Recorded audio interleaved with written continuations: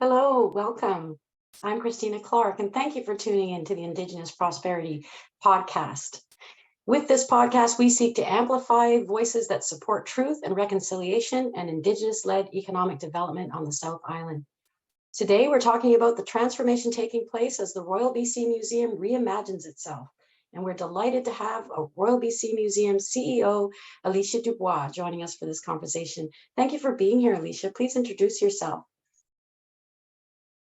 Thank you, Christina. It's a real pleasure to be here. I come with a very interesting background, not your typical CEO background, so to speak. I practiced law for 11 years and then actually moved to finance. And that desire to move to finance was really focused on driving Indigenous self-determination.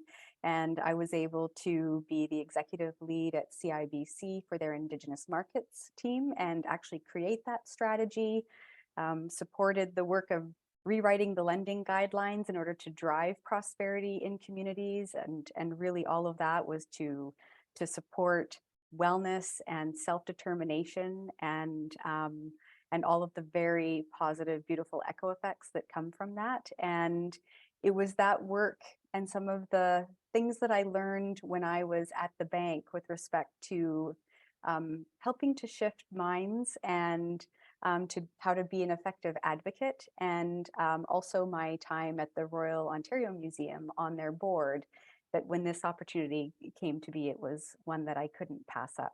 We can chat a little bit about that if you like. Wonderful. I feel we're very fortunate to have you here with us leading the museum at this pivotal time.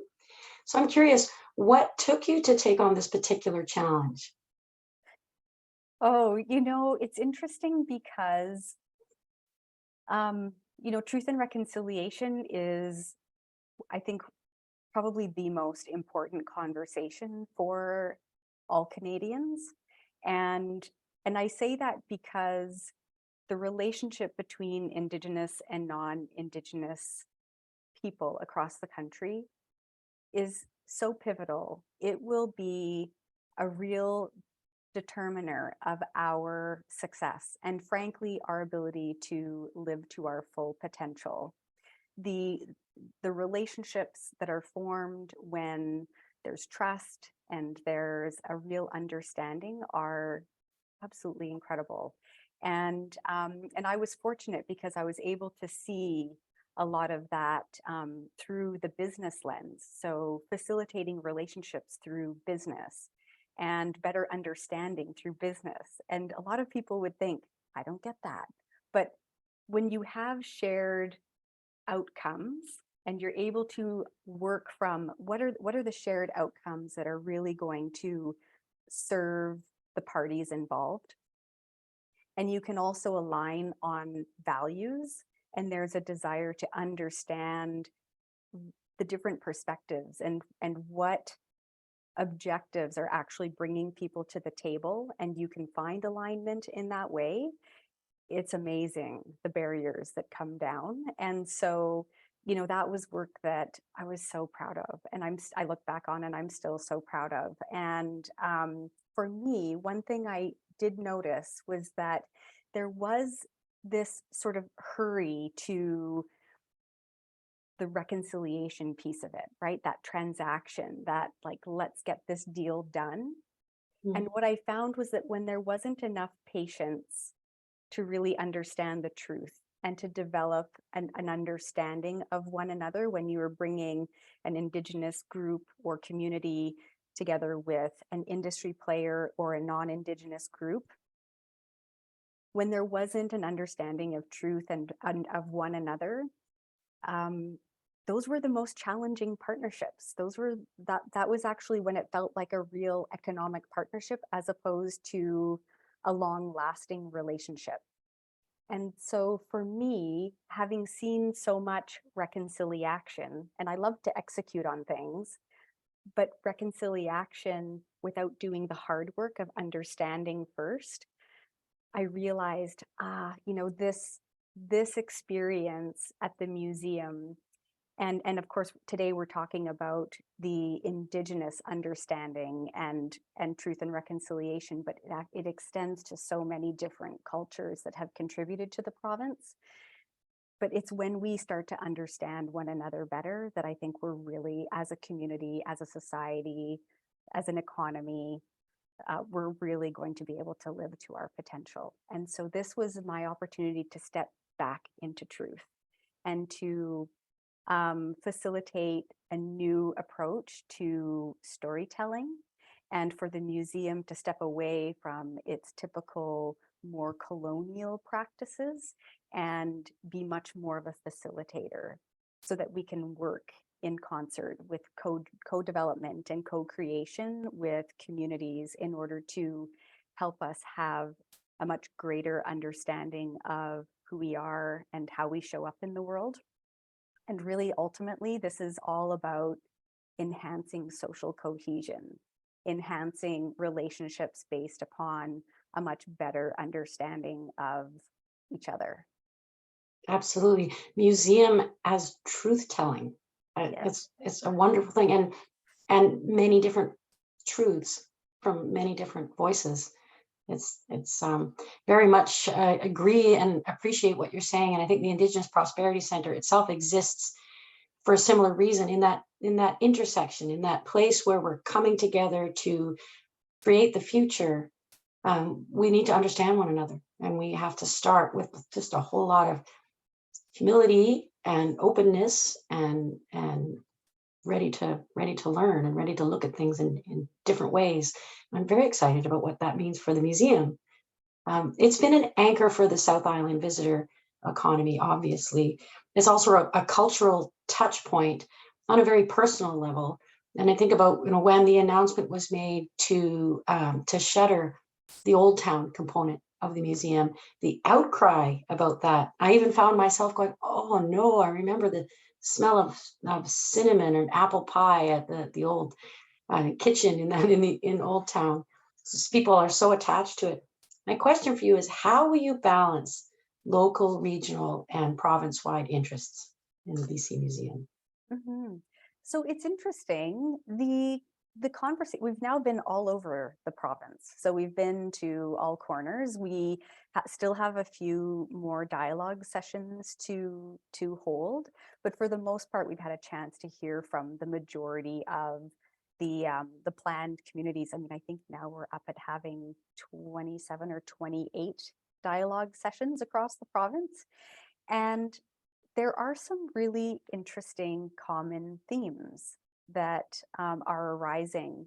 And I think ultimately there's just a desire for greater true engagement, and and a building of partnerships and a building of relationships. And we're going about our diverse community engagement sessions in a more unique way. We want to make sure that when we're holding those sessions, that we're creating a safe space where we are being, we're able to have conversations that are really led by the participants that are coming to have conversation with us, and that we're listening, and we're not going in with presumptions of what we expect to hear, or what we think that they want, or what we think that they should want, etc. So it's really an opportunity for us to give an overview of where the museum is at, but then also hear and listen to what's top of mind. And at the end of the day, what we do hear across the board is how important culture is to the fabric of society. We've heard a number of times that we're going through, there's so many ups and downs to our lifetimes, and we're coming out of a pandemic, which I don't think any of us saw coming, and yet we lived through it together for a couple of years, and now we're feeling additional economic echo effects from that, which is also challenging. And we see we're struggling with homelessness, and there's lots of really pressing, important developments that we're responding to and we need to respond to as a community. But a lot of people have said it's the culture and it's the understanding and it's the ability to be reflective of who we are and our place, whether it's, you know, from a natural history perspective and our contribution to climate change, or, you know, our dependency on the land and our interactions with one another and our dependencies on one another, that, you know, it's that sense of connectedness. Like if it's established in a place where people can walk in and see themselves there, that it's that connectedness that will actually see us through these ebbs and flows of our lifetimes. And I think that there's a real fear that is taking a back seat and is being put to the side as though, and I'm not talking about decisions about buildings, et cetera. I think that there's just this sense that we are really distracted with so much else that's going on, that that there's a fear we're going to let some of these opportunities to actually build social cohesion that will drive us forward together in a really good way, where we're all sort of feeling like we're looking in the same direction instead of, you know, multiple different perspectives, and therefore it feeling more fractured. Yes, I mean, it's how we look at our history, the honesty that we look at our history with, how we look at who we are now. It's part of how we imagine what our future will be like. And I'm just really curious about what that might look like.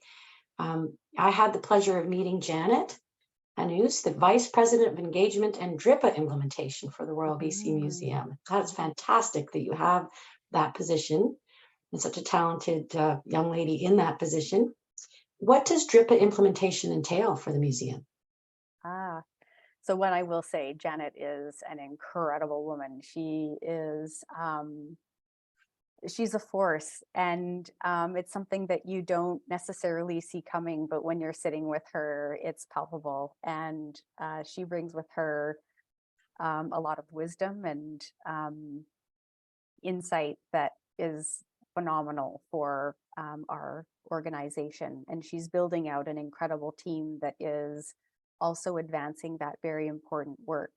And for us, this is work that is internal, it's for the team, and it's also external. And what we recognize is that, you know, all of us have, you know, we come to the job with biases, and they're very varied, right? But we come to the job with biases, and how do we show up for one another, and how do we ensure that we're showing up for one another in a way that really leaves space for different lived experiences, and that we are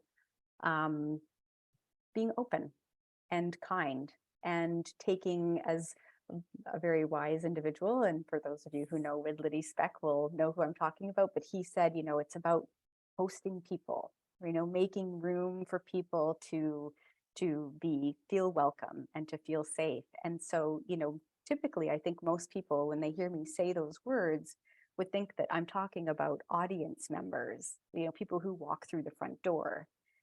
But we really need to start with us showing up for one another, like on our teams in that way. And, you know, it's an incredible team that is really passionate. I mean, the people who work here are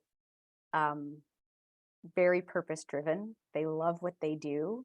And they're also very excited about, you know, what that future of the museum is going to look like. And so the for us, especially when it comes to implementing DRIPA externally, we will bring those values also externally. And really what we're doing is we're taking the role of listener and learner. And usually the museums are known as, you know, these centers of higher research and education, and, you know, very significant expertise, and, you know, Like an authority. yes, right. Yeah. So the director of history, as opposed to the facilitator of the storytelling that allows us to understand our history. And, it's interesting because the whole, the secret in this is actually just to listen. And, even in these dialogue sessions, we haven't entered into the formal community engagement phase yet. That comes in the fall. That's next. The dialogue sessions is where we get a chance to really hear what's top of mind for people. And that will then lead to what are we really going to roll our sleeves up and dive into in that more intensive community engagement phase, like where we really start to dig into what does the future look like. And so what's beautiful about this process and taking this approach is that even the community engagement is community led, because it's the feedback that we receive from the dialogue sessions that will then inform the community engagement. And then the community engagement will inform the way we work with the public going forward. And we want this to be a very participatory experience for the public, so we want to invite them in and let them roll their sleeves up with us too, and really start to exercise important topics. Like learning together. Yes, We're still in the truth phase. that's right. That's all. I want to remind our audience that we do have a question and answer period coming up after this, so please be ready to submit your comments or questions. So how will decisions be made about the future of the museum? What's that process look like? It's interesting because we had a meeting this morning about, future decisions. We're in the process of bringing in new exhibitions and looking at, what is going to be the lineup for exhibitions to come over the next couple of years. And, I say to the team, like, I trust you. And I want to hear from you. I want to know what your thoughts are. And at the end of the day, it'll only be when we've had those conversations where, we'll have a real understanding of where we should be landing. And, and we, of course, have those conversations with the participants in our sessions, et cetera. So the decision, at the end of the day, the decision needs to be made. But I'm really pleased to say that for the most part, one, the team is really interested in stepping into this space where we're engaged with the province and in a new way. We know that we are very important to Victoria and to the capital region and the island. We know that. We know that there's a very special relationship. Being the provincial museum, we also are here to serve the rest of the province. And every region is different. Every region has, different economic drivers, different geography and ecosystems, and they have different challenges with respect to, what is making their community work or not work or tick or what have you. So there's a lot that is on everybody's mind, and it's interesting to be able to step into their space and hear from them in their space. And so, what we really want to be able to do is continue to have those conversations. So, we've talked about community engagement in that formal way, but what we have really realized internally is that the community engagement about the museum and the evolution of the stories that are told here and the experiences that we bring in needs to continually be informed by community, because the whole aim of it is to create an experience that's here and local in our community. It's where the museum is situated. But also, how do we then ensure that we're creating experiences that are available to all the other regions, right? That our experience is not reserved for the affluent community members who can afford to come to Victoria, et cetera. Like, we need to be thinking about how we support education and learning. And we do a lot of that already through our programming. So we have outreach kits that go to schools all over the province, and with them go curriculum and support for teachers so that they can bring these, bits of the museum to life and share history stories with the class, and do so in a way that would normally step outside of the regular curriculum because it's a program that we've developed. And with that comes a handling collection. So we do replicas of artifacts that go along with archival documents and the story and the history that goes with that handling collection. And they actually look, feel, and have the weight of the original artifacts. So it doesn't feel like you're handling a toy. It feels like you're handling the real thing. And that allows for that hand-on experience. But we're now starting to look at, how else can we really bring an experience to different communities while using technology and innovation, because we know that that's what is beginning to resonate with even our youngest ones. Even our youngest ones, have access to technology that I didn't have until I was in my 30s and 40s, frankly. And so how do we become that museum of the future that allows for that experience, but through innovative technology modems? And we're looking really seriously at how we do that. And I'm looking forward to where that conversation is going to take us. But it's really that engagement with everybody and opening those new doors to new people. It's exciting to think about how technology might be used in the future. And also, like I know with Songhees Nation, when we built the Wellness Center, the Songhees Wellness Center, we had an idea for traveling exhibits. And we approached the museum at that time, and there really wasn't kind of an openness to working with the First Nation on a traveling exhibit at that time. But it sounds like we're in a new era where that type of thing might be very possible. Because I know that a really big, important part of engagement with Indigenous communities are about those pieces which belong to them, and their ongoing relationships with artifacts that are held in the collection.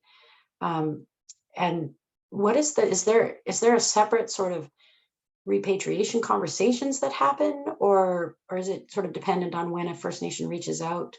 Like we had that beautiful example a few months back with the repatriation of the totem pole. Yes. How does that work? Yeah. So it's interesting because we are revisiting our processes in that respect. And there was a time when we waited for communities to reach out to us, and we're actually starting to question that. We're starting to think, that, and in particular, there are some belongings that are held at the museum that are of like very deep cultural significance. And in the instances where we know that they are of like deep cultural significance, and we know confidently because there were some people that brought these belongings to the museum, and some of them kept very good records, some of them did not keep good records, and the ones where the records are not strong is a much more challenging circumstance for us. But there are instances where the records are strong, and we're starting to have conversations about our place in reaching out and saying, we know we have something that is really important and we'd like to open the conversation. So rather than waiting for the phone call, we're starting to talk about how do we start to open up these conversations. And as part of our engagement, just on Thursday and Friday, we hosted almost 30 Indigenous representatives from 21 communities from all over the province. And we talked about repatriation and what does that look like for you, right? What do you want it to look like? And we also talked about care of the Indigenous collection. And then the last thing that was really important for us was the protocol. Like, let's talk about the protocol agreements, and that's ensuring that we're all committed to next steps, and that these conversations don't just simply end when the 2 days, are over. And, one thing that we did was we actually did a tour. So we did a tour of our audio and visual collection. We did a tour of the like belonging collection. And, that was really interesting. And it's beautiful and inspirational. And it's also heavy because like you, as an observer, it's palpable. You can feel when like there's this connection to, maybe it's a photograph, like, oh my gosh, that's my community, or that is so and so's great grandfather. Can't you see the resemblance? And these are photos from their communities way back. And there's a beauty in seeing that connection happen, but then there's also this very serious heaviness around the fact that that's coming after a very significant disconnection. And what has that meant for those communities and for those community members and families? And so, we're taking this follow the lead of the community's perspective. So rather than creating a process where, again, we're director, right? We know we have the policies and we have the procedures and we have the way, and that is important. It's just that it needs to be like really well informed, and that takes listening. And so the like that work is really, really important. And another challenge that we've overcome is, traditionally we would say, when communities did come to us, specifically around treaty table scenarios, communities would come to us and say, we would like to understand what belongings you have from our community. And the museum would say, here are all of the belongings that we know came from your community. And from a repatriation standpoint, here's the 50% that we're prepared to give back. The other 50% we're going to keep. And we don't do that. Here's the 100% of your belongings, and we will follow your lead with respect to what you wish to do with those. If you would like for us to hold them with your protocol around consent, around like what happens when we hold them, do they become part of an exhibit? Only with very serious engagement, co-creation, and consent. Do you prefer them to stay restricted and us to hold them? No problem at all. Do you prefer them to come home when you have a cultural heritage space for them? No problem. And that used to be a requirement, that things would only go home if there was a space with all of the necessary environmental controls. We don't do that anymore. Like the New Hope Pole went home to be near to the school so that their youth could learn about the traditional carving practices. And when that is done, it will go back to the site that it was taken from, and it will see its life into the earth. And there's, that was something that Chief Snow was really clear about. So we're not dictating anymore, like we're not setting the rules. We're following the lead, and we're here to support. And another thing that we're doing that is quite different is, in different regions, we're almost fully staffed. We're putting in place regional relationship managers. And this is so that there is a direct conduit that is from that municipality or community to the museum. And so as we perform these repatriations and we work through that with communities, what we want to be able to do is for those team members to continue to be resources for those communities and to check in. And, one, was that process, in hindsight, good for you and the community, right? Because sometimes you think you're going to see things unfold a certain way, and then you have a very different experience. So making sure that we're actually having that important feedback from a look back perspective, so that we can share more about our learnings with the communities that come after, so that we can say, you know, this is some of the feedback that we've heard from others that have, you know, gone through this process with us, and we'll follow your lead, but we just want to make sure that you've got as much information as possible and you can make an informed decision about your way forward. And hopefully becoming a world leader in how to do this process the right way. Will the research and collections branch in Colwood be a space where an Indigenous community could interact with parts of the collection? So it's interesting because the plan for the Indigenous collection was actually for it to stay at the harbor site. And that was based upon feedback that was received before my time. So I'm going based upon um, conversations and engagement before I joined, because I've been with the museum now for about 14 months. And so the whole plan was for the Indigenous collection to go out to the collection and research building temporarily while the harbor site was redeveloped, and that the Indigenous collection would then come back to the harbor site. And of course, with the cancellation of the project, and with the collection and research building being created for the purposes of housing the collection and research, but not anticipating a long-term stay of the Indigenous collection, you know, that's a conversation we're actually having with communities right now. There was not an intention for the Indigenous collection to go out to the collection and research building when that business plan was developed and when that building plan was set in motion. And so what we need to do now is have those conversations about the collection care and where it sits, and, you know, make sure that, again, we're having all of the right conversations.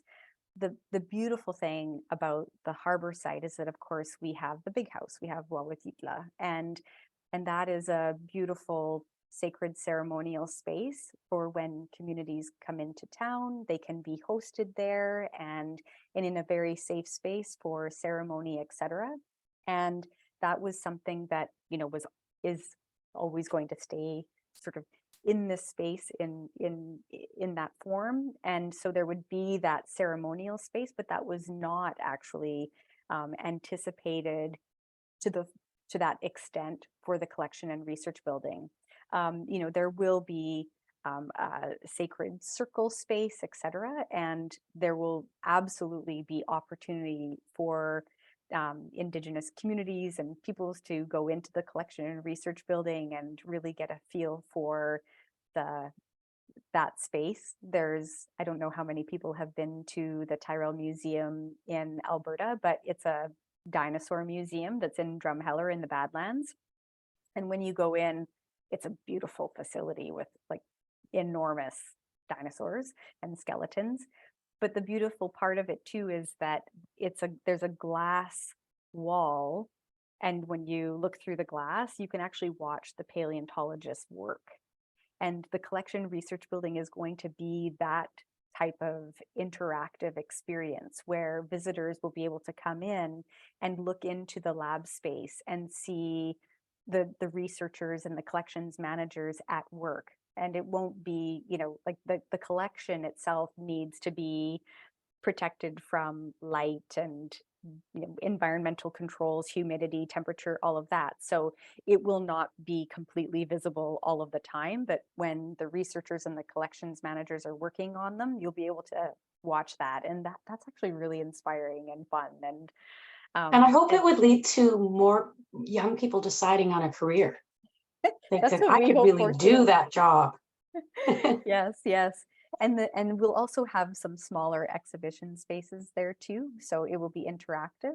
But yes, so there's a lot of conversations going on right now about the collection and research building and specifically what that is going to mean for us. Interesting. So Mhm. we are just past the 4:30 mark, and we are open for questions. If anybody would like to join our conversation and pose a question, because a lot of our listeners will find us after this is published, but we do like to run them live when we can because we're trying to encourage as much conversation and interaction as we can.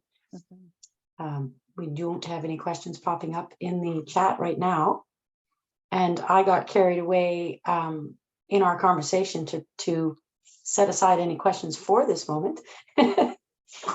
I'm really fascinated by the work that you're doing and really excited about what it means for the museum and what it means to refine, reclaim, retell the truth about our history and who we are, all of us, all the mosaic of stories about who we are. Very much looking forward to seeing this unfold. Yes, and if you don't have questions, I can talk about that mosaic concept. That's another one that Yes. consistently comes up. And that is that the museum as it is now, with its core galleries, which were, created in the 1970s, there's a lot of, like, there's silos. So there's some divisiveness. On the second floor, it's natural history, and we have a conversation about climate change, but unfortunately, it ends at 1999.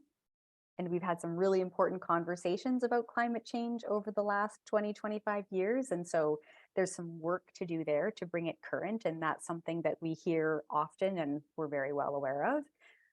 And then upstairs on one side, you have the First Peoples Gallery. And then on the other side, you have the rest of history. And there's been a lot of conversation about how we need to approach our history with that mosaic approach where we should be talking about our existence and the interaction between the different communities, and also the interaction between the people and the environment, and the impact that we've had on the environment, and also our dependency on the environment. So there's this desire for us to not take that siloed approach again, but for us to really dive into the complexities and the interplay between all of these components that bring us to current day in British Columbia, and allow that much more fulsome picture of our history and our interactions together to inform the go forward.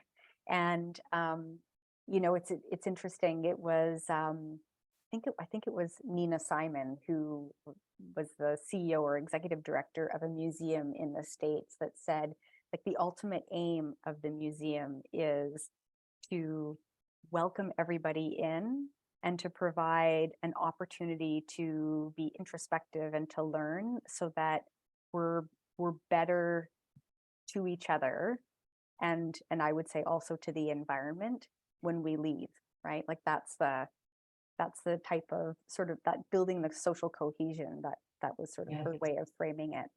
Do you think the museum will approach topics such as residential schools? I definitely think so.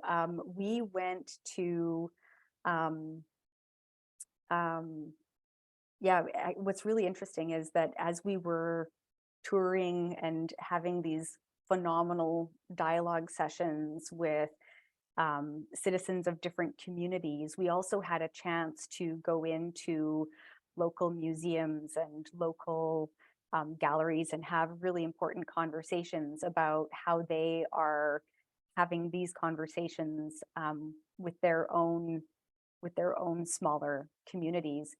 And we see really important conversations being tackled in almost every single region, and in a very um,